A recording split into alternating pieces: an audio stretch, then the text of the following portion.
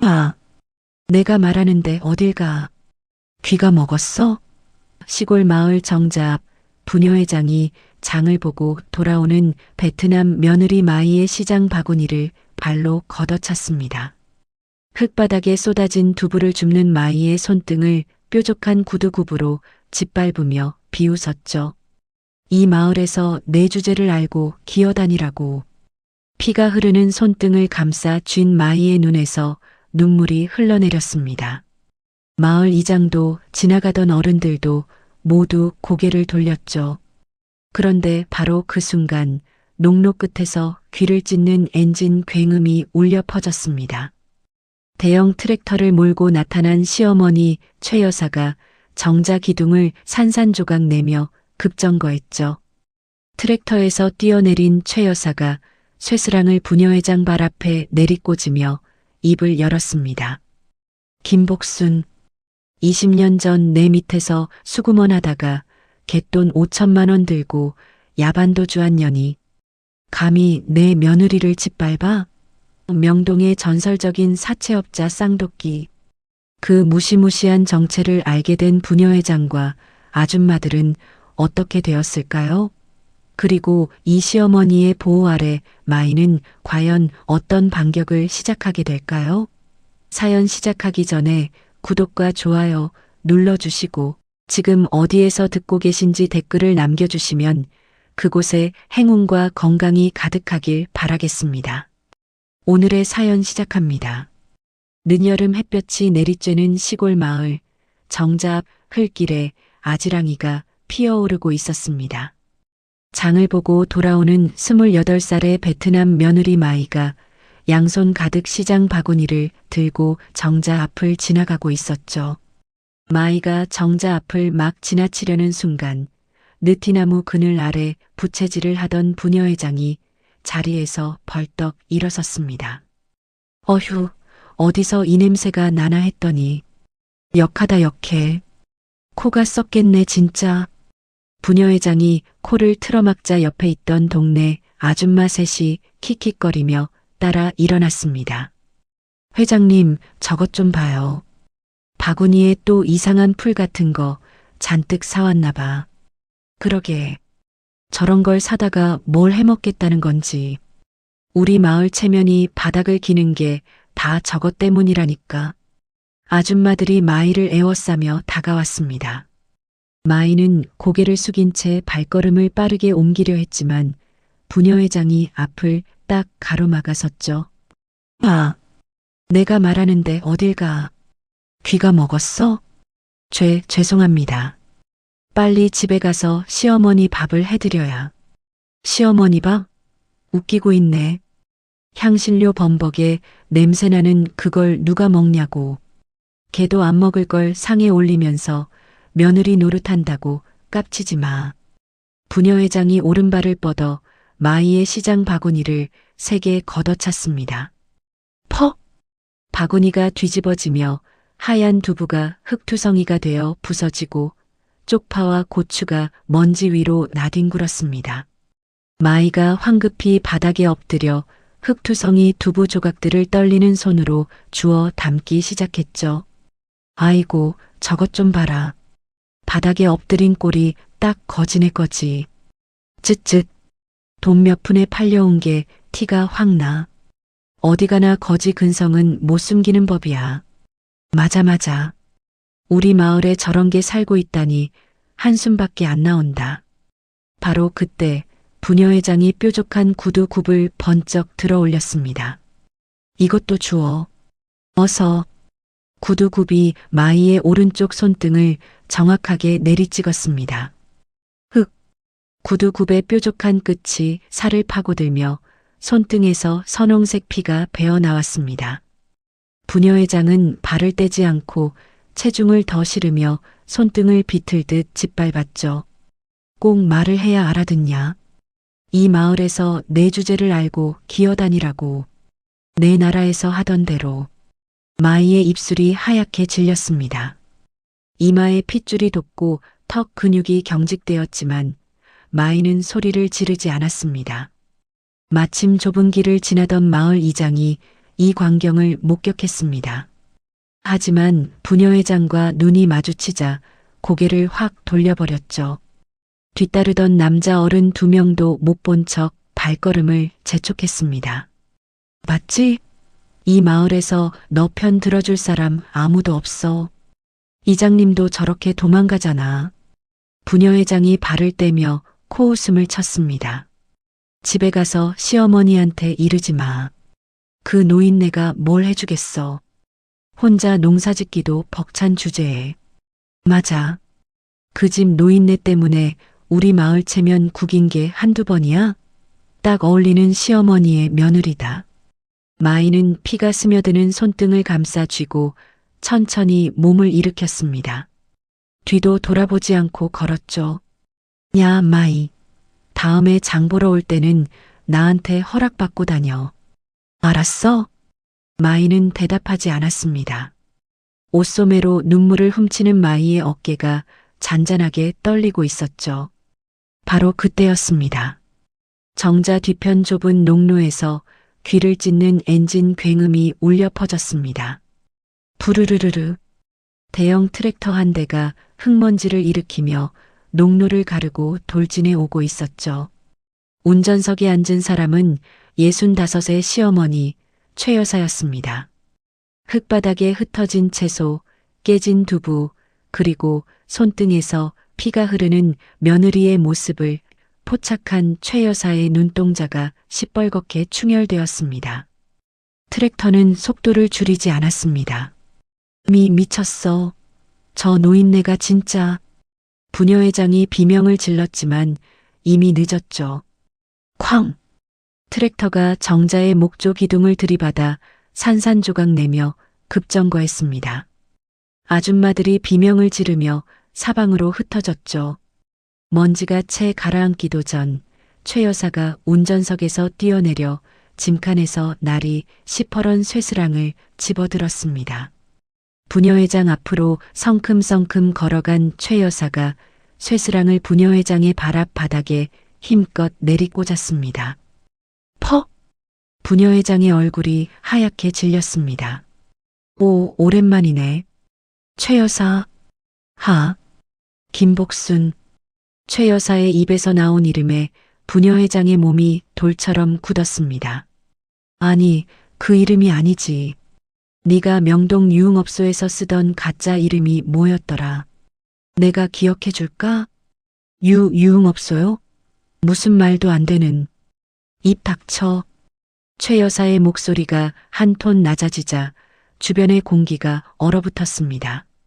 20년 전 내 밑에서 수구먼 노릇하다가 갯돈 5천만 원 들고 야반도주한 년이 여기서 부녀회장이라고 큰 소리를 치고 앉아 있었어?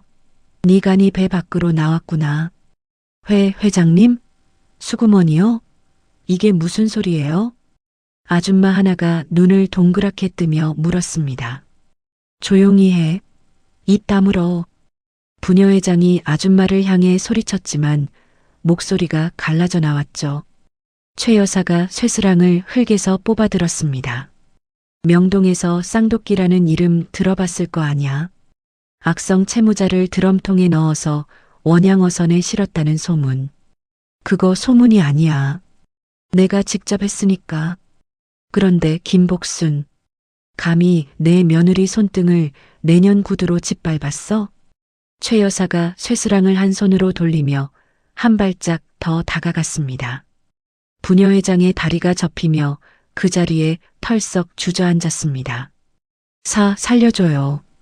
최 여사님, 제가 눈이 멀었어요. 한 번만 봐주세요.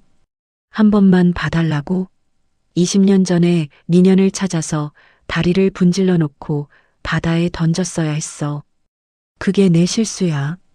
최 여사가 쇠스랑을 번쩍 들어 올렸습니다. 야, 살려줘요. 도망쳐. 미친 노인네야.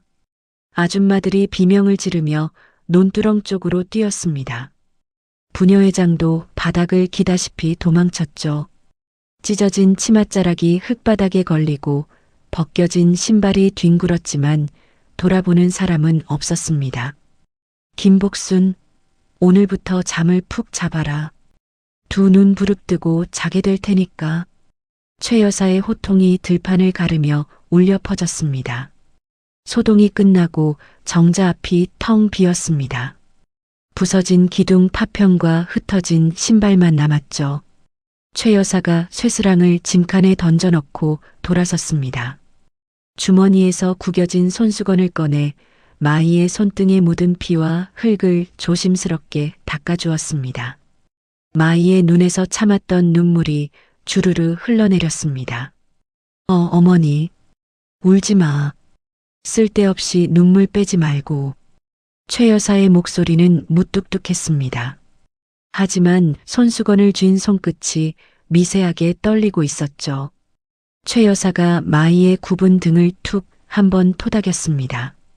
시어머니에게 처음 받는 다정한 손길이었습니다. 마이의 어깨가 크게 한번 들썩였습니다. 최 여사는 더 이상 아무 말도 하지 않았습니다. 며느리의 등 뒤에 서서 저물어가는 햇살을 바라보며 입술을 굳게 다물었을 뿐이었죠. 해가 산 너머로 기울고 정자 앞 흙바닥 위로 두 사람의 긴 그림자가 나란히 늘어졌습니다. 그날 저녁 낡은 시골집 안방에 어둑한 그늘이 내려앉았습니다.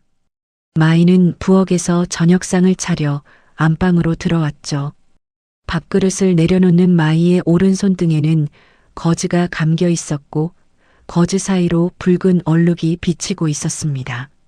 최 여사가 밥상 앞에 앉아 거즈를 한참 들여다보았습니다. 손 많이 아프냐? 아니요, 어머니. 괜찮아요. 별거 아니에요. 마이가 억지 미소를 지으며 고개를 저었습니다. 하지만 숟가락을 쥔 손가락이 미세하게 떨리고 있었죠. 최 여사는 밥을 한 숟가락도 뜨지 않았습니다. 젓가락을 내려놓고 마이의 얼굴을 가만히 바라보았죠. 마이야. 네, 어머니. 밥 치워라. 네. 입맛이 없으세요? 제가 죽을 끓여. 밥 치우고 나 따라와. 최 여사가 자리에서 일어나 안방 깊숙한 곳으로 들어갔습니다. 마이는 영문을 몰라 두 손을 앞치마에 닦으며 최 여사의 뒤를 따랐죠. 안방 구석에는 장롱이 벽을 등지고 서 있었습니다. 최 여사가 장롱문을 열자 나프탈렌 냄새가 코를 찔렀죠. 이불 더미와 낡은 옷가지들 사이 장롱 가장 깊숙한 곳에 시멘트 바닥에 박힌 것처럼 묵직한 금고 하나가 자리 잡고 있었습니다. 최 여사가 금고 앞에 무릎을 꿇고 앉았습니다. 주름진 손가락이 다이얼을 천천히 돌렸죠. 딸깍 하는 소리와 함께 금고 문이 열렸습니다. 마이의 눈이 커졌습니다. 금고 안에는 누렇게 바랜 장부 여러 권과 어음 다발, 그리고 붉은 지장이 찍힌 서류 뭉치가 빼곡하게 들어 있었습니다. 어머니, 이게 다 뭐예요? 앉아. 최 여사가 금고 앞바닥을 손바닥으로 탁 쳤습니다. 마이가 조심스럽게 최 여사 맞은편에 무릎을 꿇고 앉았죠. 최 여사가 장부 하나를 꺼내 마이 앞에 펼쳤습니다. 장부 표지에는 검은 먹으로 날짜와 이름들이 빼곡하게 적혀 있었습니다. 내가 왜 이 시골 구석에 파묻혀 사는지 궁금했을 거 아냐? 그건 솔직히 말해봐. 궁금 안 했어? 마이가 잠시 망설이다 고개를 작게 끄덕였습니다. 시집 온 지 2년이 넘었는데 어머니가 어떤 분인지 저는 아무것도 몰라요. 최 여사의 입꼬리가 한쪽으로 살짝 올라갔습니다. 알면 도망갈까봐 안 알려준 거다. 도망이요? 나는 서울 명동에서 돈놀이를 했어. 사채업. 돈을 빌려주고 이자를 받는 장사지. 그것도 아주 크게. 마이의 눈이 동그랗게 떠졌습니다. 사람들이 날 쌍도끼라고 불렀어. 명동 상권에서 내 이름을 모르는 놈이 없었지. 돈을 안 갚으면 가만두지 않았으니까. 최 여사가 장부의 한 페이지를 손가락으로 톡톡 두드렸습니다. 이게 다 그때 거래 기록이야. 누가 얼마를 빌렸고 누가 얼마를 안 갚았는지 다 적혀 있어. 어머니가 그런 일을 하셨다니 저는 상상도 못했겠지. 지금 보면 그냥 늙은 시골 할머니니까. 최 여사가 코웃음을 치며 어음 다발을 꺼내 바닥에 내려놓았습니다. 그런데 어머니, 왜 갑자기 이걸 저한테 보여주시는 거예요? 마이가 조심스럽게 물었습니다. 최 여사의 눈빛이 순간 날카롭게 변했죠. 오늘 낮에 네 손등을 짓밟은 그년. 김복순이. 그년이 20년 전에 내 밑에서 수구먼을 했어. 네. 내가 걷어온 돈을 정리하고 장부를 관리하고 채무자들한테 독촉 전화를 돌리는 일. 그걸 김복순이가 했어. 3년을 같이 일했지. 최 여사가 장부의 한 페이지를 펼쳐 보였습니다. 그 페이지 한쪽에 김복순이라는 이름이 선명하게 적혀 있었죠. 그런데 어느 날 밤 그년이 갯돈 5천만 원을 통째로 들고 사라졌어. 가짜 이름을 만들어서 도망친 거야. 5천만 원이요? 그때 5천만 원이면 서울에 집 한 채 살 돈이야. 그 돈을 들고 유흥업소에서 펑펑 쓰고 이름을 바꾸고 이 시골 마을까지 숨어든 거지. 최 여사의 손가락이 장부 위에서 천천히 움직였습니다. 내가 그년을 못 찾은 줄 알았겠지. 찾을 생각이 없었던 거야. 그때는 더 큰 건을 처리해야 했으니까. 마이는 숨을 죽인 채 최 여사의 얼굴을 바라보았습니다. 그런데 어머니, 왜 서울을 떠나서 여기로 오신 거예요? 최 여사가 금고 안에서 낡은 사진 한 장을 꺼냈습니다. 사진 속에는 짧은 머리에 검은 코트를 입은 젊은 여자가 명동 거리 한복판에 서 있었죠.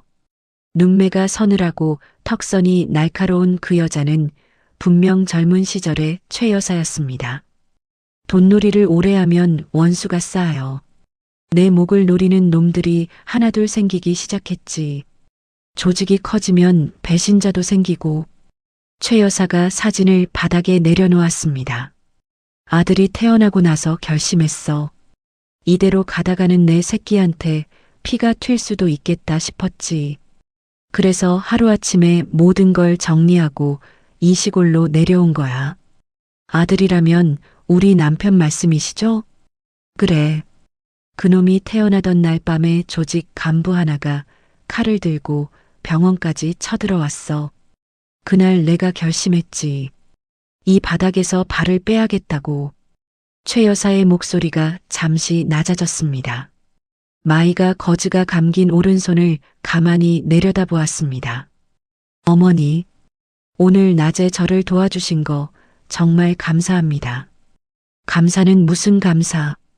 내 며느리를 내가 지키는 게 당연하지. 최 여사가 퉁명스럽게 말하며 금고 안에서 묵직한 쇳덩이 하나를 꺼냈습니다. 손바닥보다 조금 큰 크기에 세월의 흔적으로 군데군데 녹이 슬어 있었죠. 이거 뭔지 알아? 아니요. 호신용이야. 내가 명동에서 쓰던 거지. 이걸 주먹에 쥐고 치면 사람 턱뼈가 날아가. 마이가 흠칫 놀라 몸을 뒤로 빼려 했습니다.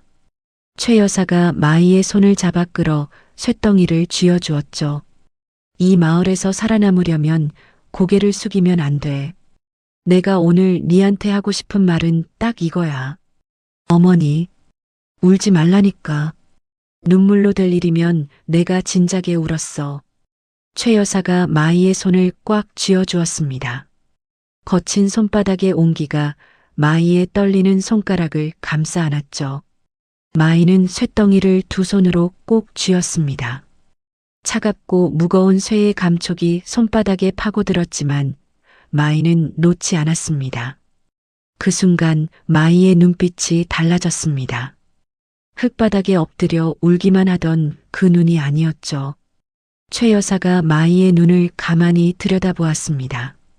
그래, 그 눈이야. 그 눈이면 살아남을 수 있어. 안방 밖으로 귀뚜라미 소리가 울려 퍼졌습니다. 그런데 바로 그 시각 마을 건너편 부녀회장의 집에서는 불길한 모의가 시작되고 있었습니다. 부녀회장의 집 거실 커튼을 꽁꽁 쳐놓은 어둑한 방 안에 아줌마 넷이 바닥에 둘러앉아 있었죠. 미쳤어 진짜. 그 노인네가 쌍도끼라고? 그 쌍도끼? 나 다리가 아직도 떨려. 트랙터가 들이받을 때 진짜 죽는 줄 알았다니까. 아줌마들이 저마다 떨리는 목소리로 수군거렸습니다. 부녀회장이 거실 한가운데에 앉아 이를 악물고 있었습니다. 흙이 묻은 치마는 갈아입었지만 쇠스랑이 발 앞에 꽂히던 순간의 공포가 온몸에 배어 있었죠. 회장님, 우리 그냥 조용히 살자. 저 노인네 건드렸다가 진짜 드럼통에 담겨. 맞아. 무서워 죽겠어. 제발 그만하자. 부녀회장이 고개를 번쩍 들었습니다. 핏줄이 선 눈에 도끼가 서려 있었죠. 조용히 살자고. 오늘 내 치부가 다 까발려졌어. 내가 수구먼 출신이라는 소문이 마을에 퍼지면 나는 끝이야. 끝난다고. 그럼 어떻게 하려고? 부녀회장이 바닥에 놓인 전화기를 집어들었습니다. 내 사촌 오빠가 읍내에서 부동산을 해. 기획부동산으로 한 건 크게 해먹은 사람이야. 그 오빠한테 전화 한 통이면 돼. 부동산이 이거랑 무슨 상관인데? 부녀회장의 입꼬리가 올라갔습니다. 저 베트남년의 신분을 건드리는 거야. 불법 체류 서류를 위조해서 출입국에 넘기면 강제 추방이지. 며느리가 쫓겨나면 그 노인네도 힘을 잃어. 그리고 최 여사네 과수원 땅. 그거 시세가 얼마인지 알아? 저 땅만 가로채면 우리 평생 놀고 먹어. 아줌마들이 서로 얼굴을 마주 보았습니다. 부녀회장이 전화기의 번호를 누르며 낮은 목소리로 중얼거렸습니다. 최 여사, 네가 옛날에 나한테 했던 것보다 더 독하게 갚아줄게. 두고 봐. 전화 신호음이 어둑한 방 안에 울려 퍼졌습니다. 정자 앞 소동이 있은 지 일주일이 지났습니다. 가을 초입의 서늘한 바람이 마을 곳곳을 훑고 지나가던 어느 아침이었죠. 마이가 읍내 시장에 장을 보러 갔습니다. 단골 식료품점 문을 밀고 들어서자 안에 있던 주인 아줌마가 마이를 보더니 카운터 뒤에서 굵은 소금 한 줌을 움켜쥐었습니다. 나가, 당장 나가. 주인 아줌마가 소금을 마이의 얼굴을 향해 뿌렸습니다. 굵은 소금 알갱이가 마이의 뺨과 목덜미에 부딪혀 튕겨나갔죠. 아줌마, 왜 이러세요? 제가 뭘 잘못했어요? 잘못했냐고? 너 베트남에 있는 정가자 친척들 밀항시켜서 우리 마을 빈집에 쳐넣을 거라며? 마을 사람들 다 알아. 마이의 눈이 휘둥그레졌습니다. 그게 무슨 말이에요? 저는 그런 적 없어요. 거짓말 마. 농협 직원도 그러고 이장님도 그러고 다 아는 얘기야. 네 같은 년 때문에 마을이 망하게 생겼어. 주인 아줌마가 다시 소금을 한 줌 움켜쥐어 내던졌습니다. 마이가 두 팔로 얼굴을 감싸며 뒷걸음질 쳤죠. 제발 믿어주세요. 저는 정말 그런 적 없어요. 꺼져. 다시는 내 가게에 발도 들이지 마. 마이가 비틀거리며 가게 밖으로 쫓겨났습니다. 소금 알갱이가 머리카락 사이와 옷깃에 박혀 있었죠. 옆 가게 주인도 팔짱을 끼고 서서 마이를 노려보았습니다. 저기, 여기서 채소 좀 살 수 있을까요? 됐어. 니한테 팔 물건 없으니까 딴 데 가. 마이가 입술을 깨물며 돌아섰습니다. 시장 골목을 걸어가는데 양옆 가게 주인들이 수군거리며 손가락질을 했죠. 전현이 그년이래. 불법 체류자 끌어들이려고 작업하고 있다며. 아이고 무서워라. 빨리 쫓아내야 해. 마이는 시장을 빠져나와 마을로 돌아오는 논뚝길에 쪼그려 앉았습니다. 무릎에 얼굴을 파묻고 소리 없이 어깨를 들썩였죠. 부녀회장이 살포한 헛소문은 마을 구석구석까지 퍼져 있었습니다. 그날 저녁 건설 현장에서 흙투성이가 되어 퇴근한 남편이 마이의 눈이 부어 있는 걸 보았습니다. 마이야, 눈이 왜 그래? 울었어? 아니야. 양파 썰다가 그런 거야. 마이가 고개를 돌리며 억지로 웃었습니다. 거짓말하지 마. 또 동네 사람들이 뭐라 그랬지? 아니라니까. 진짜 괜찮아. 마이가 남편의 눈을 피해 부엌으로 들어갔습니다. 수도꼭지를 틀고 찬물에 손을 담근 채 소리를 죽여 입술을 깨물었죠. 거즈를 감은 오른손등이 물속에서 욱신거렸지만 마이는 표정 하나 바꾸지 않았습니다. 남편에게 시어머니에게 누를 끼칠 수 없었습니다. 이 폭력을 혼자 삼키기로 마이는 이미 마음을 먹은 뒤였죠. 그로부터 며칠 뒤 마이가 홀로 비닐하우스에서 작물을 돌보고 있었습니다. 최 여사가 3년 전부터 특수 작물을 길러온 비닐하우스였죠. 마이가 허리를 숙여 작물에 물을 주고 있는데 갑자기 밖에서 엔진 소리가 요란하게 들려왔습니다. 부르르르. 마이가 고개를 들었을 때 대형 트랙터가 비닐하우스를 향해 돌진해 오고 있었습니다. 운전석에 앉은 사내는 마이가 한 번도 본 적 없는 얼굴이었죠. 안 돼. 마이가 비명을 질렀지만 트랙터는 멈추지 않았습니다. 쾅! 우지직! 트랙터가 비닐하우스 뼈대를 들이받았습니다. 철골이 찌그러지고 비닐이 찢어지며 먼지가 뿌옇게 피어올랐죠. 뒤이어 뛰어든 사내 둘이 장화를 신은 발로 작물들을 미친 듯이 짓밟기 시작했습니다. 그만, 제발 그만해요. 마이가 사내의 팔을 붙잡았지만 사내가 팔을 휘둘러 마이를 바닥에 내동댕이 쳤습니다. 꺼져. 건드리면 너도 밟아버린다. 마이의 등이 땅에 부딪혔습니다. 눈앞이 아찔했지만 마이는 다시 일어나 망가진 작물들 위에 몸을 덮었죠. 안 돼요. 이거 1년 동안 키운 거예요. 제발. 사내들은 마이를 밀쳐내고 남은 작물까지 모조리 뽑아 던졌습니다. 5분도 안 되어 비닐하우스는 쑥대밭이 되었죠. 사내들이 트랙터를 몰고 빠져나가자 비닐하우스 밖에서 지켜보고 있던 부녀회장이 천천히 걸어왔습니다. 부녀회장은 망가진 작물 더미 위에 주저앉아 오열하는 마이 앞에 서류 한 장을 내밀었습니다. 여기 도장 찍어. 최 여사 명의 과수원 땅을 넘기라는 서류야. 마이가 눈물 범벅인 얼굴을 들었습니다. 이게 뭐예요? 글자 모르냐? 읽어봐. 땅을 넘기면 이 정도로 끝내줄게. 안 넘기면 다음엔 비닐하우스가 아니라 니네 집이 날아가. 어머니 땅을 왜 제가 넘겨요? 미쳤어요? 미쳤냐고? 네가 처한 상황을 모르나 본데. 이 마을에서 네 편 하나 없어. 경찰에 가봐. 누가 들어주나. 부녀회장이 서류를 마이의 무릎 위에 던지고 돌아섰습니다. 생각 좀 해봐. 시간 많이 안 줄 테니까. 부녀회장이 사라진 뒤 마이는 부서진 작물 줄기를 끌어안고 바닥에 엎드렸습니다. 흙과 눈물이 뒤범벅이 된 마이의 입에서 신음 같은 울음이 새어나왔죠. 해가 질 무렵 퇴근길에 비닐하우스를 발견한 남편의 얼굴이 시뻘겋게 달아올랐습니다. 누가 이런 짓을 한 거야? 남편이 부엌으로 뛰어들어가 식칼을 움켜쥐었습니다. 부녀회장이지? 그년이 한 거 맞지? 내가 오늘 끝을 내겠어. 남편이 현관을 박차고 나가려는 순간 마이가 남편의 바짓가랑이를 두 손으로 붙잡았습니다. 안 돼. 가지 마. 제발. 나 이걸 보고 어떻게 가만히 있어.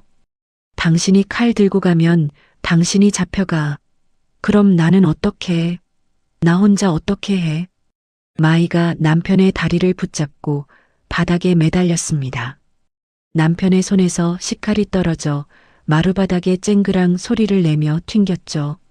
남편이 그 자리에 주저앉았습니다. 두 주먹으로 마루바닥을 내리치며 이를 악물었죠. 미안해. 내가 옆에 있었으면 이런 일 안 당했을 텐데. 당신 잘못 아니야. 제발 나 때문에 위험한 짓 하지 마. 마이가 남편의 등에 이마를 기대며 속삭였습니다. 두 사람의 어깨가 나란히 떨리고 있었죠.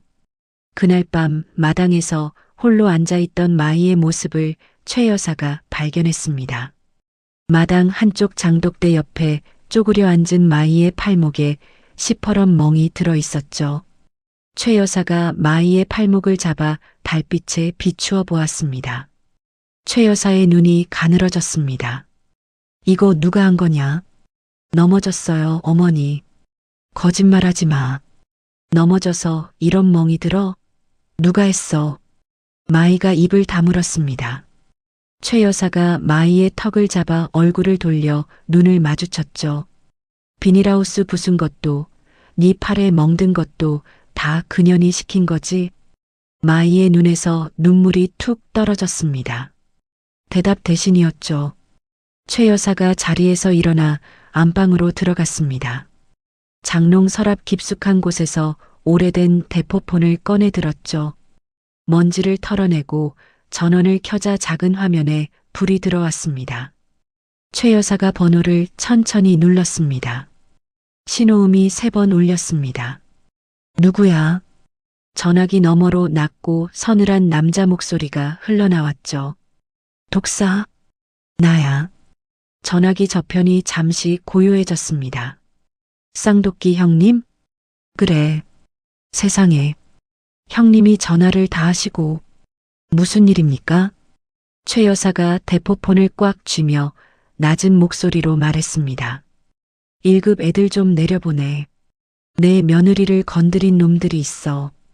뒤를 탈탈 털어야겠다. 형님 며느리를 건드렸다고요? 누가 그런 미친 짓을. 알아서 캐. 부녀회장이라는 년 주변 인물들 전부 다. 빠지는 거 하나 없이. 알겠습니다, 형님. 이틀 안에 결과 올리겠습니다. 전화가 끊겼습니다. 최 여사가 대포폰을 서랍에 넣고 마당으로 나왔습니다. 마이가 여전히 장독대 옆에 앉아 있었죠. 마이야. 네, 어머니. 내가 쓰레기를 치울 테니까 너는 가만히 있어. 알겠지? 마이가 고개를 끄덕였습니다. 최 여사가 돌아서며 어둠 속으로 걸어갔습니다. 달빛이 최 여사의 굽은 등 위로 희미하게 내려앉았죠. 며칠 뒤 읍내 부동산업자가 최 여사네 마당으로 들어왔습니다. 검은 양복에 선글라스를 낀 건달 셋을 양옆에 거느린 채였죠. 마당에서 빨래를 널고 있던 마이가 몸을 굳혔습니다. 부동산업자가 마루 위에 서류 뭉치를 탁 내던졌습니다. 최 여사 집이 여기 맞지? 마을 발전 기금 3천만 원을 내놓든가 아니면 이거. 부동산업자가 서류 한 장을 집어 마이의 눈앞에 들이밀었습니다. 불법 체류 고발장이야. 출입국 관리소에 접수하면 넌 강제 추방이지. 마이의 얼굴에서 핏기가 싹 빠졌습니다. 저는 불법 체류가 아니에요. 정식으로 비자를 받고 온 거예요. 그건 우리가 알아서 만들어. 서류 몇 장이면 불법이 되는 거야. 이 나라가 어떻게 돌아가는지 몰라. 부동산업자가 비웃음을 흘렸습니다. 건달 하나가 주머니에서 종이 한 장을 더 꺼냈습니다. 마이의 베트남 친정 가족들의 이름과 주소, 전화번호가 빼곡히 적혀 있었죠. 마이의 눈이 커졌습니다. 이걸 어디서 알아낸 거예요? 알아내는 건 우리 전문이야.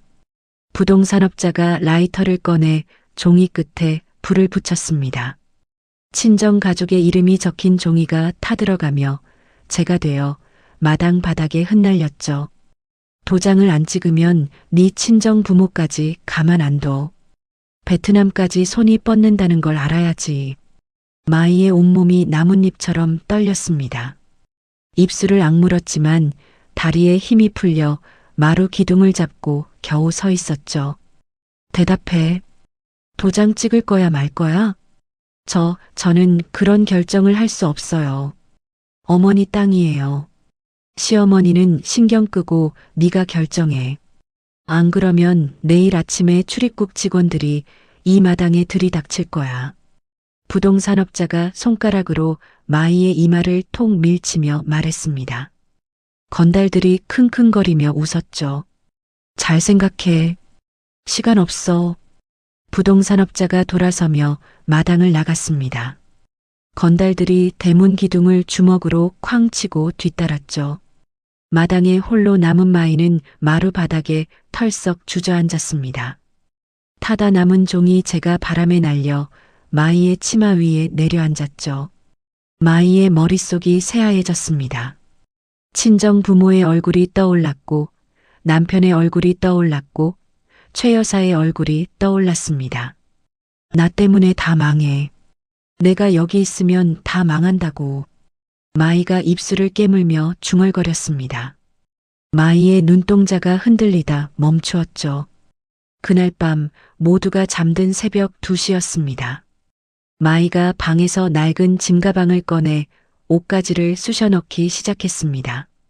손놀림이 빨랐죠. 서랍에서 여권을 꺼내 가방 안주머니에 밀어넣고 지갑에 남은 현금을 확인했습니다. 마이는 잠들어 있는 남편의 얼굴을 한참 내려다보았습니다. 손을 뻗어 남편의 이마 위 머리카락을 쓸어 올렸죠. 입술이 파르르 떨렸지만 마이는 소리를 내지 않았습니다. 마이가 신발을 손에 들고 방문을 살며시 열었습니다. 맨발로 마루를 건너 대문까지 걸어갔죠. 대문 손잡이를 잡는 순간 어둠 속에서 손 하나가 마이의 짐가방 끈을 낚아챘습니다. 어디가? 최 여사였습니다. 마이가 흠칫 놀라 뒤를 돌아보았습니다. 최 여사가 대문 옆 기둥에 등을 기대고 서 있었죠. 잠을 자지 않은 것이 분명한 눈, 충혈된 눈동자가 어둠 속에서 빛나고 있었습니다.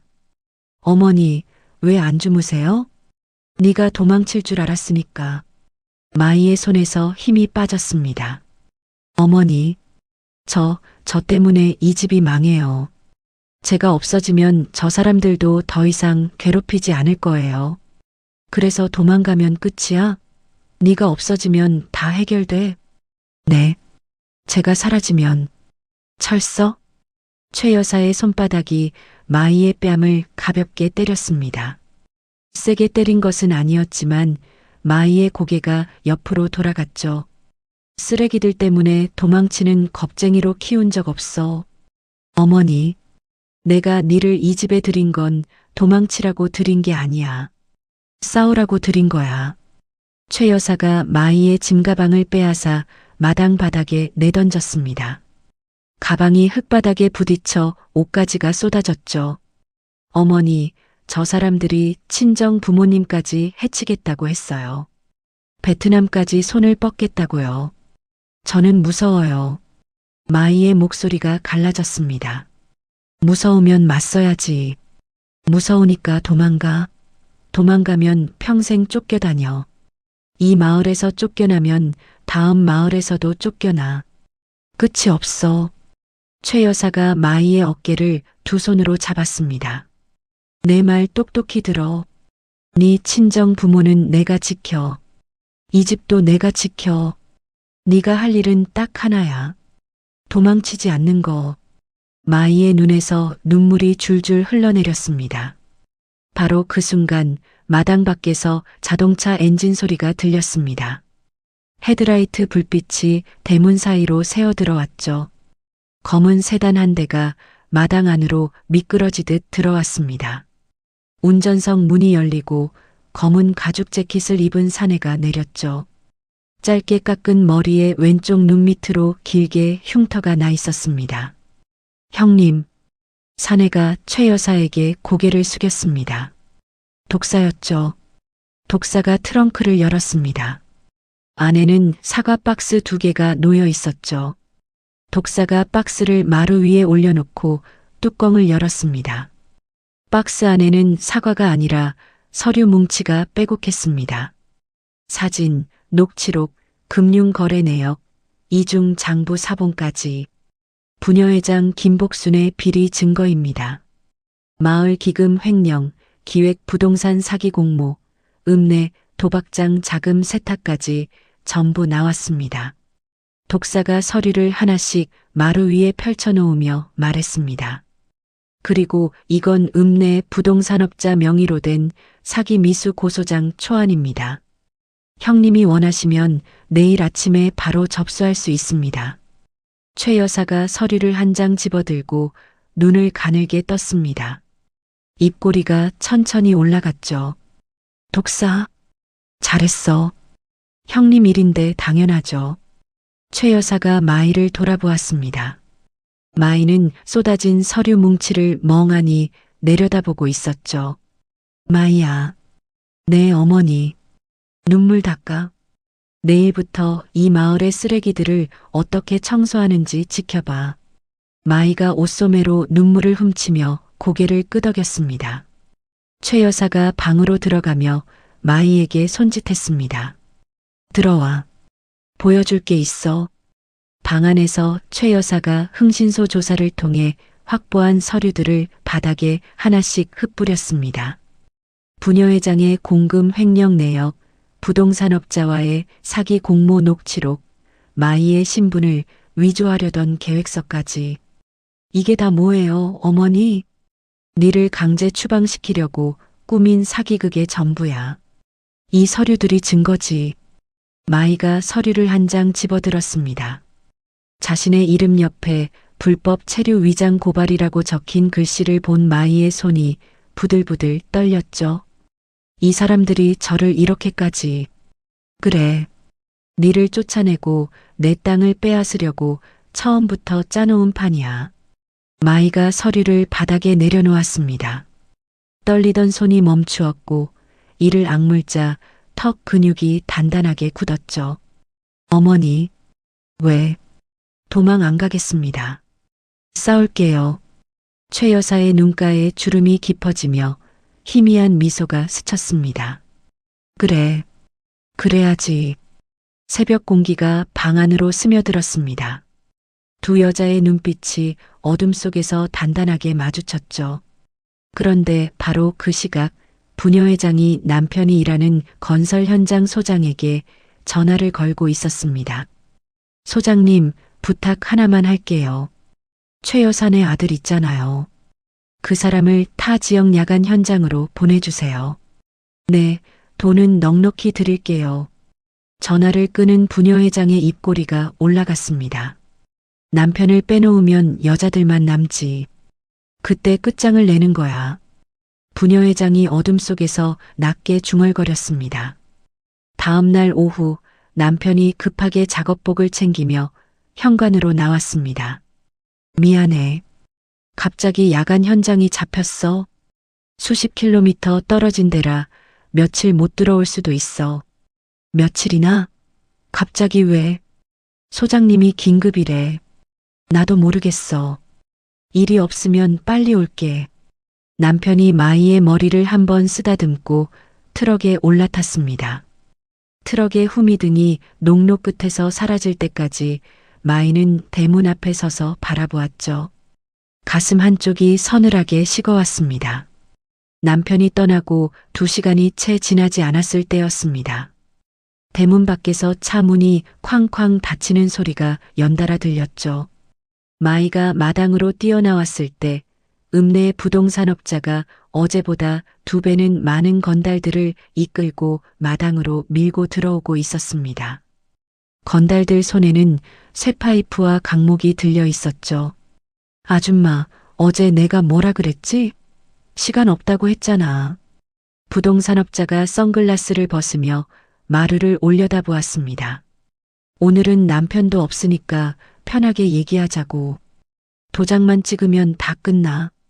마이가 마루 기둥을 등지고 섰습니다. 안 찍어요. 절대 안 찍어요. 인연이 끝까지.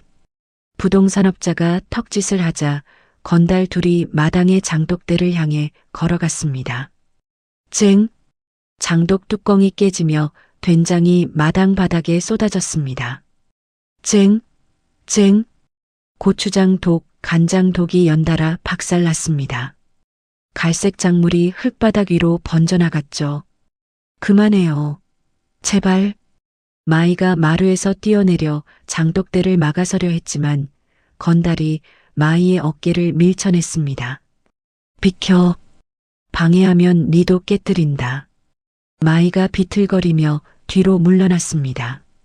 건달들이 남은 장독까지 모조리 깨부수는 소리가 마당에 울려 퍼졌죠. 부동산업자가 서류와 인주를 마이 앞에 내밀었습니다. 자, 도장 찍어. 이게 마지막 기회야. 마이의 시선이 부서진 장독대 위를 훑었습니다. 최 여사가 수십 년 동안 담가온 장들이 흙과 뒤섞여 흘러가고 있었죠. 마이의 눈빛이 변했습니다. 망설임 없이 몸을 돌린 마이가 마당 옆 창고로 뛰었습니다.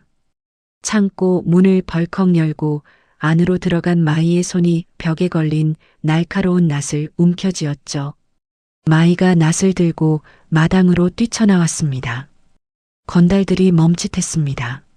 마이가 낫을 앞으로 쭉 뻗으며 건달들과 부동산업자 사이에 떡 버티고 섰죠. 한 발짝만 더 들어와 봐. 가만 안 둬. 마이의 목소리가 갈라졌지만 낫을 쥔 손은 떨리지 않았습니다. 건달 하나가 코웃음을 쳤습니다. 뭐야, 인연이 낫을 들어. 웃기네. 건달이 마이의 멱살을 잡으려 손을 뻗은 순간 안방문이 벌컥 열렸습니다. 최 여사가 나왔습니다. 최 여사의 손에는 누렇게 바랜 서류 한 장이 들려 있었죠. 최 여사가 서류를 부동산업자의 얼굴을 향해 집어 던졌습니다. 서류가 부동산업자의 가슴에 부딪혀 떨어졌고 부동산업자가 허둥대며 주워들었죠. 서류를 펼쳐본 부동산업자의 얼굴이 순식간에 흑빛으로 변했습니다. 이게 왜 여기서? 기억나? 25년 전 네가 명동에서 나한테 3억을 빌리면서 쓴 거야. 신체 포기각서? 네 붉은 지장이 찍혀 있지? 부동산업자의 손이 덜덜 떨리기 시작했습니다. 서류 위에 선명하게 찍힌 붉은 지장이 부동산업자의 눈에 들어왔죠. 형님. 아니, 사모님. 이건 25년 전 일이잖아요. 그때 제가 어리고 돈이 급했으니까 내 돈 먹고 도망친 거야? 김복순 인연이랑 똑같은 짓을 했으면서 여기까지 와서 큰 소리야? 최 여사가 한 발짝 다가섰습니다. 신체 포기 각서가 뭔지 알지? 돈을 못 갚으면 네 몸으로 갚겠다는 거야. 25년 전에 내가 이걸 실행 안 한 게 네 운이 좋았던 거지. 부동산업자의 무릎이 꺾였습니다. 바닥에 털썩 주저앉더니 두 손을 모아 빌기 시작했죠. 살려주세요. 제발. 제가 잘못했습니다. 다시는 안 그러겠습니다. 잘못했으면 네 혼자 올 일이지. 이강도 떼를 내 마당에 끌고 온 거야? 최 여사가 건달들을 향해 시선을 돌렸습니다. 너희들 여기서 뭐 하고 있어? 아직도 쇠파이프 들고 서 있을 거야? 건달들이 서로 얼굴을 마주보며 한 발 물러섰습니다. 바로 그 순간 마당 외곽 담장 위로 검은 옷을 입은 사내들이 하나둘 모습을 드러냈습니다. 독사의 흥신소 용역들이었죠. 용역들이 담장을 훌쩍 넘어 마당으로 뛰어내렸습니다. 순식간에 건달들의 쇠파이프와 강목을 빼앗고 팔을 꺾어 바닥에 꿀렸죠. 으악! 팔이 부러져. 꼼짝 마. 움직이면 진짜 분질러 버린다. 건달들이 얼굴을 흙바닥에 처박은 채 꼼짝 못했습니다. 독사가 담장 너머에서 천천히 걸어 들어와 부동산업자 앞에 섰습니다. 오랜만이다. 기억나? 25년 전에 형님 돈 떼먹고 도망쳤을 때 네 뒤를 밟았던 사람이 나야. 부동산업자의 얼굴이 더 이상 하얘질 수 없을 만큼 질렸습니다. 그때 마당 밖에서 사이렌 소리가 울려 퍼졌습니다. 삐뽀. 경찰차 10대가 줄지어 마당 앞 농로에 멈춰 섰습니다. 무전기 소리와 함께 광역수사대 형사들이 쏟아져 나왔죠. 전원 움직이지 마. 특수강도 및 사기 미수 혐의로 체포한다. 형사들이 마당으로 들이닥쳐 건달들과 부동산업자에게 수갑을 채웠습니다. 수갑이 채워져 끌려가던 부동산업자가 독사의 서늘한 눈빛과 마주쳤습니다. 독사가 입을 열지 않았지만 그 눈빛 하나로 충분했죠. 부동산업자의 입이 벌어졌습니다. 형사님, 저는 시킨 대로 한 것뿐이에요. 이번 일 배우가 부녀회장 김복순이에요. 그 여자가 다 시킨 거라고요. 형사들이 발걸음을 멈추었습니다. 뭐라고? 다시 말해봐. 김복순이가 마을 기금을 빼돌려서 도박 자금으로 썼어요. 그 여자가 저한테 건달 데리고 와서 땅 빼앗으라고 시킨 겁니다. 제가 다 증언할게요. 부동산업자가 침을 튀기며 소리쳤습니다. 소동을 구경하려 몰려든 마을 사람들의 눈이 동그래졌습니다. 세상에, 부녀회장이 마을 기금을 도박 자금이라고? 우리 돈을 그렇게 썼다고? 웅성거림이 마당 밖으로 퍼져나갔죠. 그때 마을 어귀에서 도망치려던 부녀회장이 형사들의 눈에 띄었습니다. 부녀회장은 몸을 돌려 마이 앞을 가로막더니 적반하장으로 손가락을 쳐들었죠. 이게 다 인연 때문이야. 이 베트남년이 우리 마을을 망쳐놓은 거라고. 마이가 낯을 쥔 손등으로 부녀회장의 뺨을 올려붙였습니다. 철서? 부녀회장이 맥없이 바닥에 쓰러졌습니다. 마이가 쓰러진 부녀회장을 내려다보며 입을 열었습니다. 다시는 내 가족을 건드리지 마. 한 번만 더 건드리면 그때는 가만 안 둬. 마이의 한국어 발음이 또렷했습니다. 떨림 하나 없는 목소리였죠. 형사들이 마을회관으로 향했습니다. 천장이 숨겨진 이중 장부를 증거물로 압수해 나왔죠. 부녀회장과 건달들이 쇠고랑을 찬 채 경찰차에 실려갔습니다. 경찰차 행렬이 농로를 빠져나가며 사이렌을 울렸죠. 마당에 고요가 내려앉았습니다. 부서진 장독대 위로 저녁 햇살이 길게 누웠죠. 최 여사가 마이의 옆에 나란히 섰습니다. 낯 잘 쓰더만. 어머니가 가르쳐 주셨잖아요. 고개 숙이지 말라고.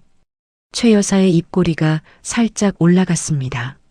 마이가 낯을 참고 벽에 걸고 돌아서며 부서진 장독대를 내려다보았습니다. 흙 위로 흘러내린 된장 냄새가 바람에 실려 퍼져나갔죠.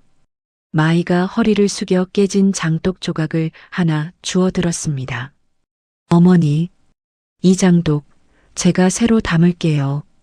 그래, 네가 담은 장이 더 맛있을 거다. 두 사람이 부서진 장독 조각들을 나란히 주워 담기 시작했습니다. 부녀회장 일당이 체포된 뒤에도 마을의 공기는 달라지지 않았습니다. 마이를 향한 시선은 여전히 차가웠죠. 부녀회장이 나쁜 짓을 한 건 맞지만 저 외국 여자가 마을에 들어온 뒤로 사고만 터지잖아. 맞아. 전염만 없으면 우리 마을이 조용할 텐데. 장독대도 부서지고 비닐하우스도 무너진 뒤 마인의 살림은 바닥을 드러냈습니다. 복구할 자금이 어디에도 없었죠. 마인은 며칠 밤을 뜬 눈으로 보낸 끝에 결심했습니다. 시골 5일장이 열리는 날 마이가 장터 가장 구석진 변두리에 비닐 천막을 쳤습니다. 천막 기둥은 나무 막대를 엮은 것이었고 지붕은 구멍난 파란 비닐이었죠. 마이가 커다란 솥에 육수를 올렸습니다. 베트남에서 배운 향신료에 한국 사고를 섞어 밤새 우려낸 특별한 쌀국수였죠. 국물이 끓기 시작하자 고수와 소고기의 진한 냄새가 천막 밖으로 퍼져나갔습니다. 하지만 지나가는 사람들은 코를 막고 고개를 돌렸습니다. 뭐야 이 냄새. 무슨 약탕 끓이나. 저 외국 여자 아니야? 아이고, 장터에까지 와서 저러고 있네. 점심때가 지나고 오후가 깊어져도 천막 안에 앉는 사람은 단 한 명도 없었습니다.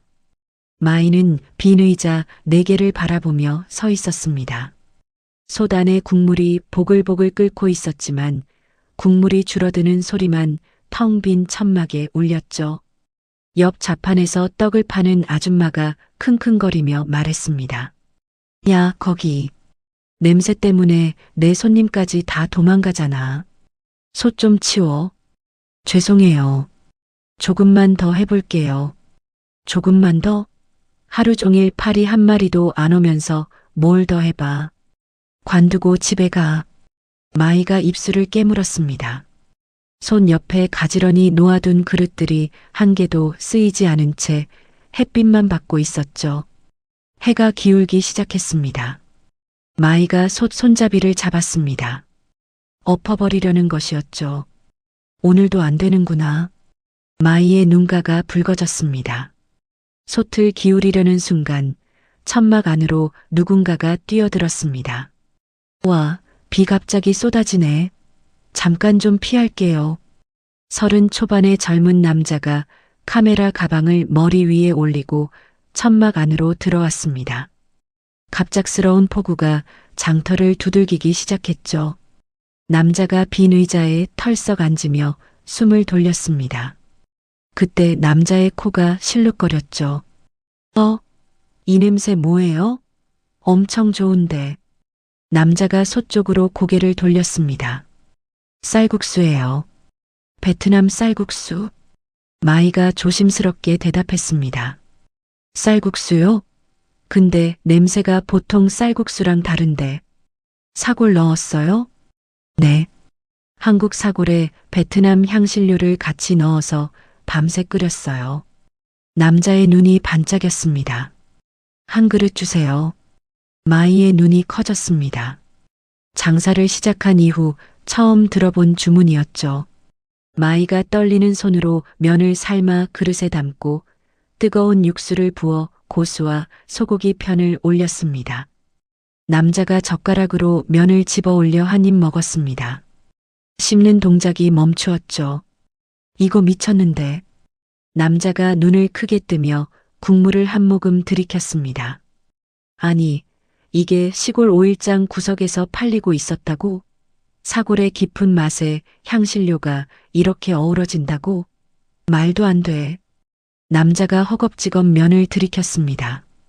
국물 한 방울 남기지 않고 그릇을 비운 남자가 가방에서 카메라 장비를 꺼내기 시작했죠.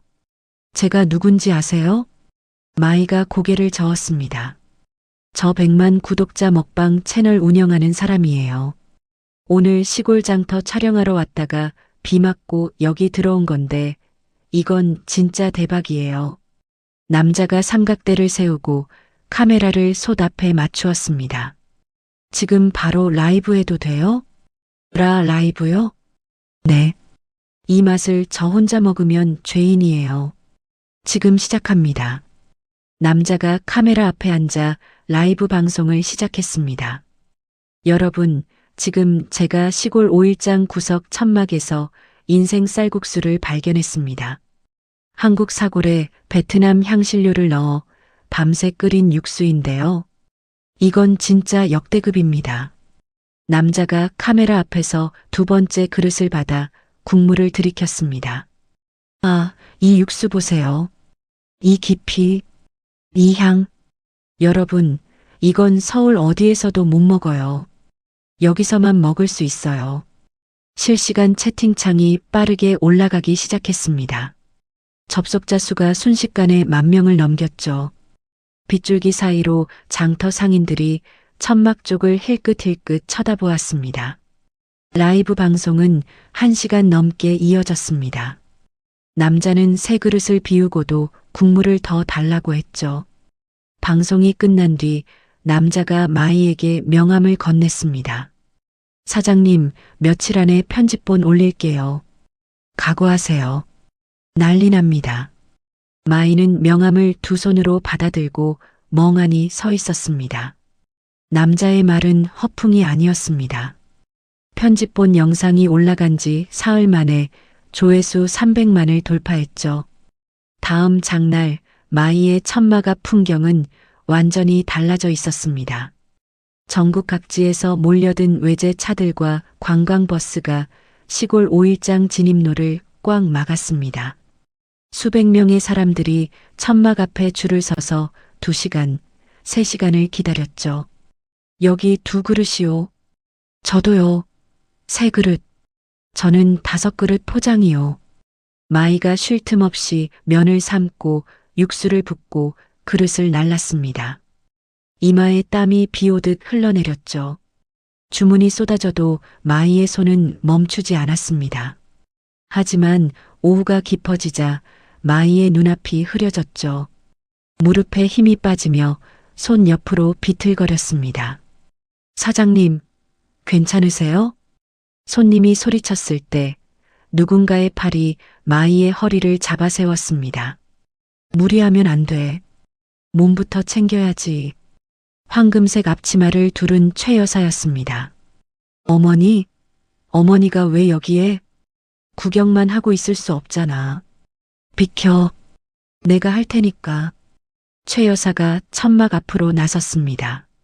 줄을 서다 지쳐 불만을 터뜨리는 진상 손님이 목소리를 높였습니다.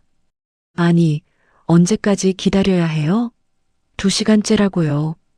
최 여사가 진상 손님 앞으로 딱 걸어갔습니다. 2시간 기다렸으면 30분 더 기다려. 못 기다리겠으면 돌아가고. 국수는 도망 안 가. 진상 손님이 입을 다물었습니다. 최 여사의 눈빛에 기가 눌린 것이었죠. 최 여사는 대기줄을 번호표로 정리하고 포장 손님과 매장 손님을 분리하고 솥 앞에 동선까지 재배치했습니다. 과거 수십 명의 조직원을 관리하던 솜씨가 천막 안에서 빛을 발했죠. 장이 끝날 무렵 마이의 솥은 텅 비어 있었습니다. 국수가 한 그릇도 남지 않았죠. 며칠 뒤 죽어가던 주변 상인들의 매출도 덩달아 올랐습니다. 마이의 천막을 찾아온 손님들이 장터 곳곳에서 떡도 사고 과일도 사갔으니까요. 옆 좌판의 떡 아줌마가 천막 앞에 와서 고개를 숙였습니다. 마이야, 내가 전에 너한테 못되게 굴었지. 미안하다. 괜찮아요, 아줌마. 미안하다고 해도 되겠냐. 나 때문에 얼마나 속상했을지 생각하면 얼굴을 못 들겠어. 마이가 쌀국수 한 그릇을 떡 아줌마 앞에 놓았습니다. 이거 드세요. 맛있어요. 떡 아줌마의 눈시울이 붉어졌습니다. 마이는 장이 서는 날마다 주변 상인들에게 쌀국수와 김치를 나누어 주었습니다. 묵은 감정이 천천히 녹아내렸죠. 장사 2달 만에 마이의 손에는 두둑한 현금 다발이 쥐어져 있었습니다. 최 여사가 보태준 목돈을 합치자 읍내 시장통에서 가장 넓은 1층 매장을 계약할 수 있었죠. 간판이 올라갔습니다. 마이의 다이닝. 마이가 간판을 올려다보았습니다. 손등의 흉터가 간판 불빛에 비쳤죠. 최 여사가 마이의 옆에 서서 간판을 올려다보았습니다. 잘했어. 어머니가 도와줬으니까요. 내가 뭘 도왔어. 네가 한 거지. 마이의 눈가에 물기가 맺혔지만 이번에는 웃고 있었습니다. 개업식 날 한때 마이를 조롱했던 동네 아줌마들이 금반지와 대형 축하 화분을 들고 나타나 무릎을 꿇었습니다. 마이야, 우리가 잘못했어. 제발 용서해줘. 마이가 아줌마들의 손을 잡아 일으켜 세웠습니다. 일어나세요. 지나간 거예요. 마이가 직접 만든 최고의 요리를 아줌마들 앞에 차려놓았습니다. 대형 주방에서 수십 그릇의 국수를 말아내는 마이와 홀에서 카운터를 지키는 최 여사의 눈이 마주쳤습니다. 2 사람은 아무 말 없이 고개를 끄덕였죠. 모진 시련 끝에 찾아온 첫 번째 열매였습니다. 확인하겠습니다. 다시 정확하게 글자 수를 세고 3,5,4 영자 범위에 맞춰 제작성하겠습니다. 식당 개업 후 1년이 흐른 봄날이었습니다. 마이의 다이닝은 지상파 요리 경연 프로그램 우승을 차지하며 전국적인 맛집으로 자리 잡았죠. 자정이 넘어 마루에 둘러앉은 마이, 남편, 최 여사가 그날의 매상을 세고 있었습니다. 오늘도 300그릇 넘게 나갔어. 손목이 빠지겠다. 남편이 맥주를 한 모금 들이키며 웃었습니다. 투덜대지 말고 돈이나 세. 손목 빠지면 내가 말아야지. 최 여사가 지폐를 척척 세며 받아쳤죠. 마이가 베트남에서 온 편지를 열었습니다. 어머니, 친정 부모님 빚을 다 갚았어요. 고향에 집도 지어드렸대요. 마이의 목소리가 떨렸습니다. 당연한 거 아니야. 네가 번 돈이니까 네 부모한테 쓰는 게 맞지. 최 여사가 통장 하나를 마이의 무릎 위에 올려놓았습니다. 이건 뭐예요, 어머니? 내가 주먹 휘두르며 벌었던 돈보다 네가 땀 흘려 번 돈이 훨씬 같죠. 축하 선물이야. 가져. 마이가 통장을 두 손으로 꼭 쥐며 고개를 숙였습니다. 며칠 뒤 마이는 병원에서 임신 3개월 소식을 들었습니다. 두 손으로 입을 감싸며 의자에서 벌떡 일어났죠. 정말요? 진짜요? 소식을 듣고 달려온 남편이 복도에서 주저앉아 얼굴을 감싸고 울었습니다. 아빠가 된다고. 나 아빠 돼. 최 여사는 병원 로비에서 두 팔을 번쩍 들어 올리며 간호사들에게까지 자랑을 늘어놓았죠. 드디어 이 집에 핏줄이 생겼구나. 아이고, 이 할미가 손주를 보는구나. 벚꽃이 만개한 식당 앞 주차장에 임시 무대가 설치되고 마을 잔치가 열렸습니다. 남편과 팔짱을 낀 마이의 얼굴에 환한 미소가 감돌았죠. 하지만 진실은 따로 있었습니다. 잔치의 여운이 가시기도 전인 다음 날 새벽이었습니다. 치매에 걸린 노모의 병합보석 신청으로 구치소에서 풀려나 은둔하던 전 부녀회장 김복순이 식당의 성공 소식을 접한 것이죠. 전현이 대박이 났다고? 내가 감옥에 있는 동안 저렇게 잘 됐어? 김복순의 이를 악문 턱뼈가 울퉁불퉁 솟아올랐습니다. 칠흑 같은 어둠 속 김복순이 모자와 마스크로 얼굴을 가리고 식당 뒷골목으로 접근했습니다. 경비 카메라의 사각지대를 따라 몸을 낮추고 잠긴 뒷문 앞에 선 김복순이 가방에서 얇은 철사를 꺼내 자물쇠에 찔러 넣었죠. 딸깍 소리와 함께 문이 열렸습니다. 캄캄한 식자재 창고 안에서 김복순이 가방을 열었습니다. 안에는 털이 빠진 들쥐 사체 여러 마리와 맹독성 약품이 섞인 곰팡이 핀 식재료가 담겨 있었죠. 마이, 네가 아무리 잘라봤자 쥐 한 마리면 끝이야. 김복순이 마이가 밤새 우려놓은 대형 육수통 뚜껑을 열고 들쥐 사체를 하나씩 밀어 넣었습니다. 냉장고 깊숙한 곳에 곰팡이 핀 식재료도 쑤셔 넣었죠. 범행을 마친 김복순이 대포폰으로 육수통 위에 떠오른 쥐 사체와 냉장고 속 곰팡이 식재료를 하나하나 촬영했습니다. 내부 직원의 양심 제보인 것처럼 교묘하게 편집해 익명 게시판에 업로드하고 빠져나갔죠. 며칠 뒤 유명 온라인 커뮤니티에 폭로 글이 올라왔습니다. 쥐 사체가 떠다니는 육수통 영상이 퍼지며 여론이 발칵 뒤집혔죠. 글이 올라온 지 몇 시간 만에 시청위생과와 식약처 합동 단속반이 점심 영업 중인 식당을 덮쳤습니다. 전원 손 놓고 뒤로 물러서세요. 긴급 위생 점검입니다. 점검 요원들이 주방으로 밀고 들어오자 손님들이 비명을 지르며 대피하는 아수라장이 벌어졌습니다. 육수통에서 들쥐 사체가 건져 올려지는 순간 카메라 플래시가 터졌죠. 식당은 즉각 무기한 영업 정지 처분을 받고 입구가 폴리스 라인으로 봉쇄되었습니다. 식당 앞은 방송국 카메라와 악성 유튜버들로 통행이 마비되었습니다. 남편이 임신한 마이를 등 뒤로 감싸며 빠져나가려 했죠. 비켜! 임산부가 있다고. 유튜버들이 막무가내로 밀쳐왔습니다. 누군가의 팔꿈치가 남편의 등을 세게 떠밀었죠.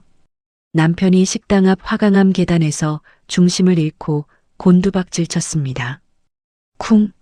머리가 콘크리트 바닥에 부딪혔습니다. 시뻘건 피가 바닥 위로 번져나갔죠. 여보, 여보. 마이가 비명을 지르며 달려갔지만 남편의 눈은 이미 풀려 있었습니다. 응급실로 실려간 남편은 두개골 골절과 뇌출혈 판정을 받고 긴급 수술에 들어갔습니다. 오열하던 마이도 하혈을 하며 응급 침대에 실려갔죠. 최 여사는 인맥을 총동원해 전국 최고의 뇌수술 전문의를 헬기로 시골 병원까지 모셔오며 중환자실 앞을 철통같이 지켰습니다. 그날 밤 병실에 홀로 누운 마이 앞으로 챙이 넓은 모자를 눌러 쓴 김복순이 나타났습니다. 오래간만이네, 마이. 마이의 눈이 커졌습니다. 당신이 왜 여기에? 김복순이 서류를 이불 위에 던졌습니다.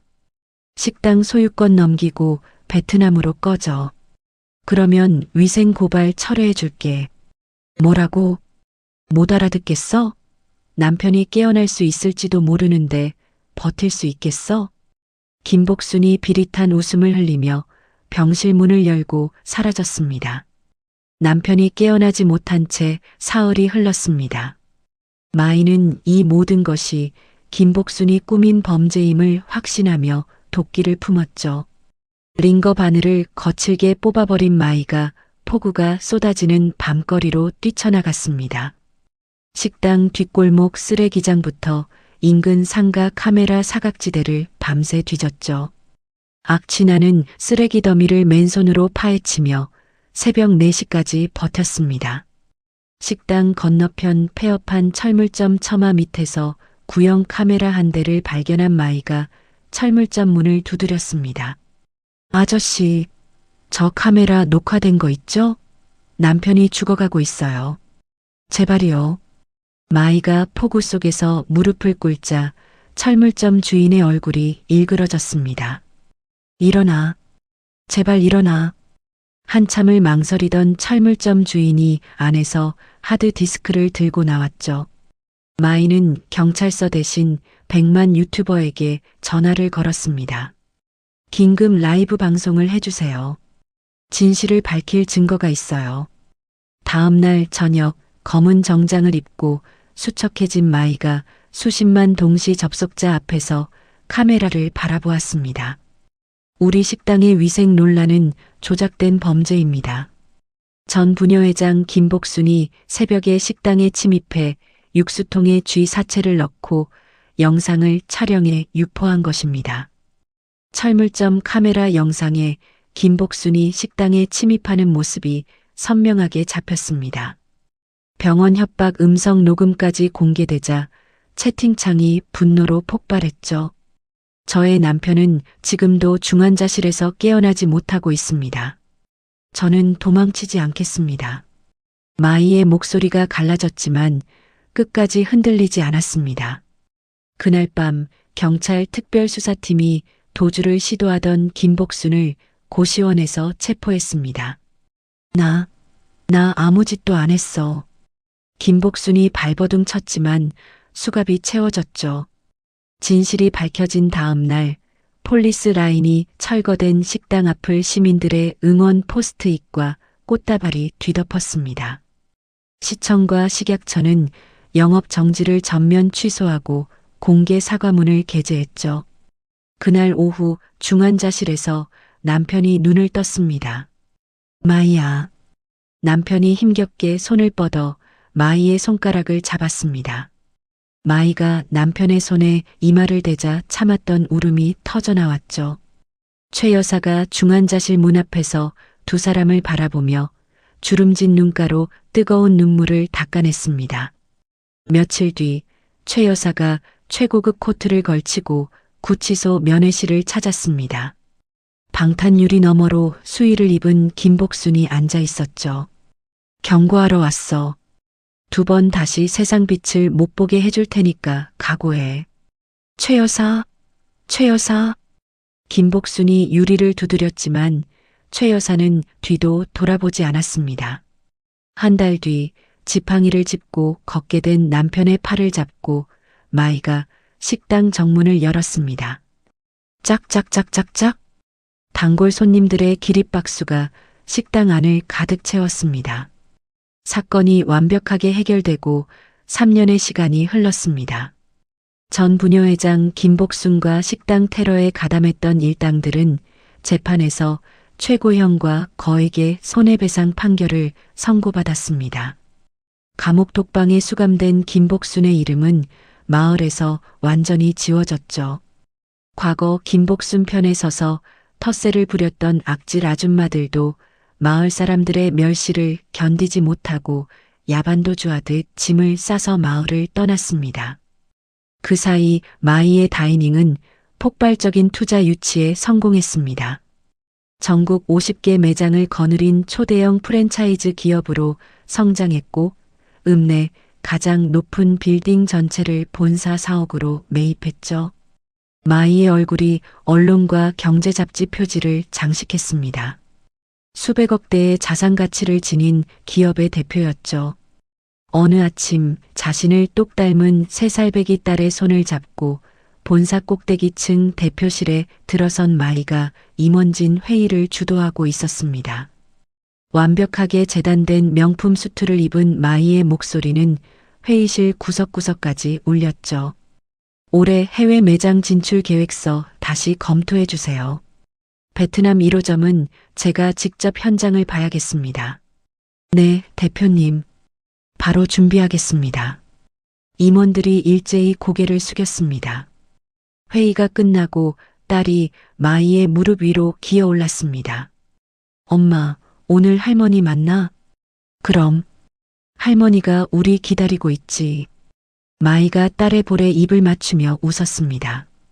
60 후반을 넘긴 최 여사는 며느리가 사준 최고급 수입 세단을 타고 시골 마을 회관에 나타나 노인들에게 최고급 뷔페 잔치를 베풀고 있었습니다. 자, 많이 드세요. 오늘은 내가 쏘는 거야. 아이고, 최 여사님. 매번 이렇게 대접해 주시면 우리가 뭘로 갚아요? 갚긴 뭘 갚아? 오래오래 건강하게 사는 게 갚는 거지. 최 여사가 호탕하게 웃으며 노인들의 밥그릇에 고기를 올려주었습니다. 마을에서 가장 큰 목소리, 가장 넓은 인심의 주인은 이제 최 여사였죠. 마이는 성공에 안주하지 않았습니다. 사재를 털어 대규모 다문화 가정 지원 재단을 설립했죠. 재단은 이주 여성들에게 요리와 언어 교육은 물론 악질 시댁으로부터 자신을 방어할 수 있는 최고급 변호인단의 무료 법률 지원까지 제공했습니다. 남편 역시 직장을 그만두고 재단의 상임이사로 취임해 꾸준히 일을 도맡았습니다. 주말이면 세 식구가 손을 잡고 시골 5일장을 거닐며 초심을 잃지 않았죠. 여보, 저기 봐. 우리가 처음 장사했던 자리야. 마이가 장터 구석의 빈터를 가리켰습니다. 파란 비닐 천막이 서 있던 그 자리였죠. 그때 파리 한 마리도 안 왔었는데 남편이 웃으며 마이의 어깨를 감쌌습니다. 파리 대신 내가 왔잖아. 그건 맞네. 두 사람이 소리내어 웃었습니다. 딸이 두 사람 사이에서 깔깔거리며 뛰어다녔죠. 재단 창립 1주년 기념 행사가 열리는 날이 왔습니다. 특급 호텔 볼룸에 수백 명의 하객이 모였죠. 화려한 스포트라이트를 받으며 단상에 오른 마이가 마이크 앞에 섰습니다. 흔들림 없는 목소리로 기조연설을 시작했죠. 저는 8년 전 이 나라에 아무것도 없이 왔습니다. 말도 서툴고 아는 사람도 없고 가진 것이라고는 두 손뿐이었습니다. 객석이 조용해졌습니다. 시장 바닥에서 구두에 손등이 짓밟혀도 소리 한번 지르지 못했습니다. 소금을 맞고 쫓겨나도 하소연할 곳이 없었습니다. 마이가 잠시 숨을 고르며 객석 앞줄을 바라보았습니다. 하지만 저에게는 한 사람이 있었습니다. 트랙터를 몰고 달려와 쇠스랑을 내리꽂던 사람. 도망치려는 저의 뺨을 때리며 싸우라고 소리치던 사람. 그 사람이 제 시어머니입니다. 마이의 눈가가 붉어졌습니다. 어머니가 아니었으면 저는 지금 이 자리에 없었을 겁니다. 어머니가 제 손을 잡아주셨기 때문에 저는 버틸 수 있었습니다. 객석 가장 앞자리에서 거대한 꽃다발을 안고 앉아있던 최 여사의 턱이 미세하게 떨렸습니다. 어머니, 감사합니다. 진심으로 존경합니다. 마이가 단상에서 최 여사를 향해 깊이 허리를 숙였습니다. 객석에서 박수가 터져 나왔습니다. 최 여사가 꽃다발을 무릎 위에 올려놓고 고개를 숙였죠. 주름진 눈가로 뜨거운 물줄기가 흘러내렸습니다. 최 여사가 손등으로 눈물을 훔치며 속으로 중얼거렸죠. 피 묻은 주먹을 휘두르며 살았던 내 인생에서 딱 하나 잘한 일이 있다면 저 아이의 손을 잡아준 거다. 행사가 끝나고 카메라 플래시가 쏟아지는 호텔 로비에서 마이가 최 여사의 손을 잡았습니다. 반대편 손에는 남편의 팔이 걸려 있었고 남편의 다른 손에는 3살배기 딸이 매달려 있었죠. 네 사람이 붉은 레드카펫 위를 나란히 걸어 나갔습니다. 마이가 걸음을 멈추고 뒤를 돌아보았습니다. 호텔 로비의 거대한 유리창 너머로 저녁 하늘이 붉게 물들어 있었죠. 8년 전 흙바닥에 엎드려 깨진 두부를 줍던 그날의 마이는 더 이상 없었습니다. 구두굽에 짓밟혀 피가 흐르던 손등에는 이제 다이아몬드 반지가 빛나고 있었죠. 마이가 앞을 바라보며 다시 걸었습니다. 최 여사가 오른쪽에서 남편이 왼쪽에서 딸이 앞에서 뛰었죠. 호텔 밖 가로수길에 늦봄의 벚꽃이 흩날리고 있었습니다. 꽃잎이 네 사람의 어깨 위로 소리 없이 내려앉았죠. 마이네 3대 가족의 웃음소리가 벚꽃 가로수길 끝까지 울려 퍼졌습니다. 편견과 혐오, 수많은 범죄의 위협을 이겨내고 스스로 자신의 세계를 개척해낸 이주 여성 마이의 이야기는 무적의 시어머니 최 여사와 함께 오래오래 전해지게 되었습니다. 베트남에서 건너온 28살의 며느리 마이는 낯선 땅에서 구두굽의 손등이 짓밟히고 소금을 맞고 쫓겨나고 1년 동안 키운 농작물이 눈앞에서 짓밟히는 고통을 견뎌냈습니다. 도망치고 싶었던 순간마다 시어머니 최 여사가 마이의 앞을 막아섰죠. 쓰레기들 때문에 도망치는 겁쟁이로 키운 적 없다는 그 한마디가 마이의 인생을 바꿔놓았습니다. 마이는 고개를 숙이는 대신 낯을 들었고 눈물을 흘리는 대신 솥 앞에 섰고 폭우 속에서 무릎을 꿇고 진실을 찾아냈습니다. 시어머니의 거칠지만 따뜻한 손이 있었기에 마이는 버틸 수 있었고 마이의 강인한 의지가 있었기에 시어머니의 보호는 빛을 발할 수 있었습니다. 누군가의 편이 되어준다는 것, 끝까지 손을 놓지 않는다는 것이 한 사람의 인생을 어떻게 바꾸는지를 오늘 이 이야기가 보여주었습니다. 세상이 아무리 모질어도 내 편이 한 사람만 있으면 사람은 다시 일어설 수 있습니다. 오늘 이야기가 마음에 드셨다면 구독과 좋아요 한번 꾹 눌러주세요. 어머니 생각나시는 분, 며느리 생각나시는 분, 댓글로 한마디 남겨주시면 큰 힘이 됩니다. 여러분의 가정에도 늘 건강과 행복이 가득하시길 진심으로 바랍니다. 감사합니다.